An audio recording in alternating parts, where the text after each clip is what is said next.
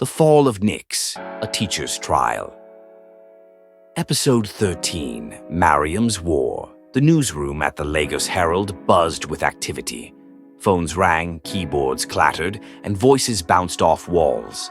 But in the corner office, behind a desk stacked with files, Mariam sat still, eyes narrowed, jaw tight. She was reading Knix's full statement for the 5th time. Every word hit her like a slap.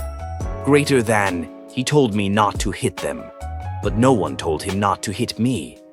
They built a wall of silence around that boy, and I was the one who paid for their fear. She closed the file and stood up. "Musa," she called. A short man in a striped shirt appeared from behind a tall shelf. "Yes, boss?" "I need the student discipline records from Bright Future College, whatever we can get. I know they're hiding something." He scratched his head. "We tried. They said the files were missing." Mariam smirked. "They're not missing. They've been buried."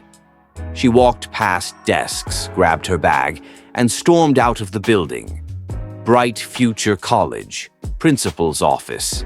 "Miss Mariam," said Principal Obasi, adjusting his tie. "I thought we already responded to your inquiries."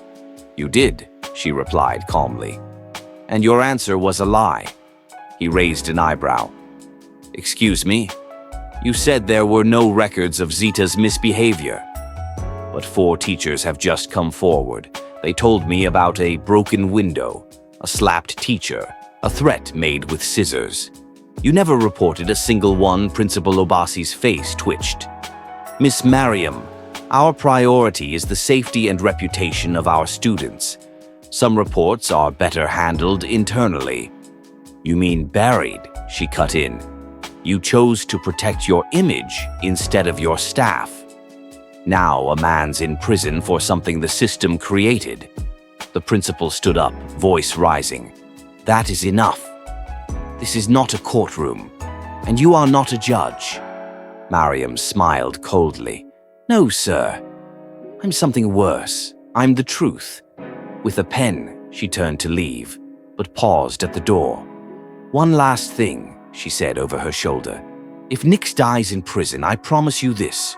Your name, your face, your cowardice, they'll be front page.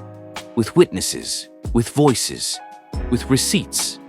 She left without waiting for a reply.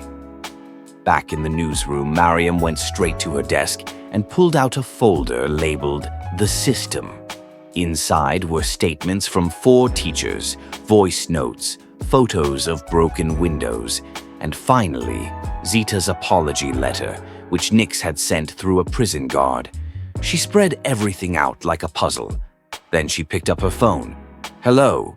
Yes, I need a front page slot. Tomorrow. Big headline. We're going after the school." The next morning, Lagos woke up to this. Greater than, "We failed Knix.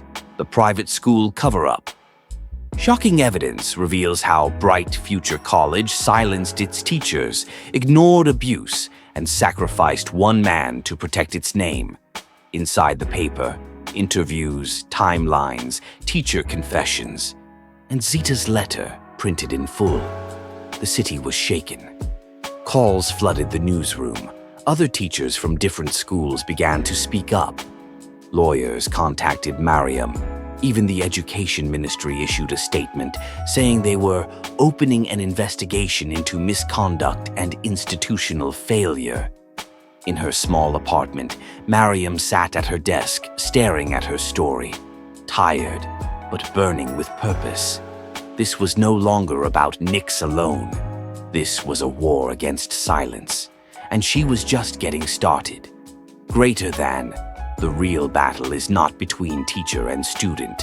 It's between truth and the systems that fear it. Mariam's journal, July 18th.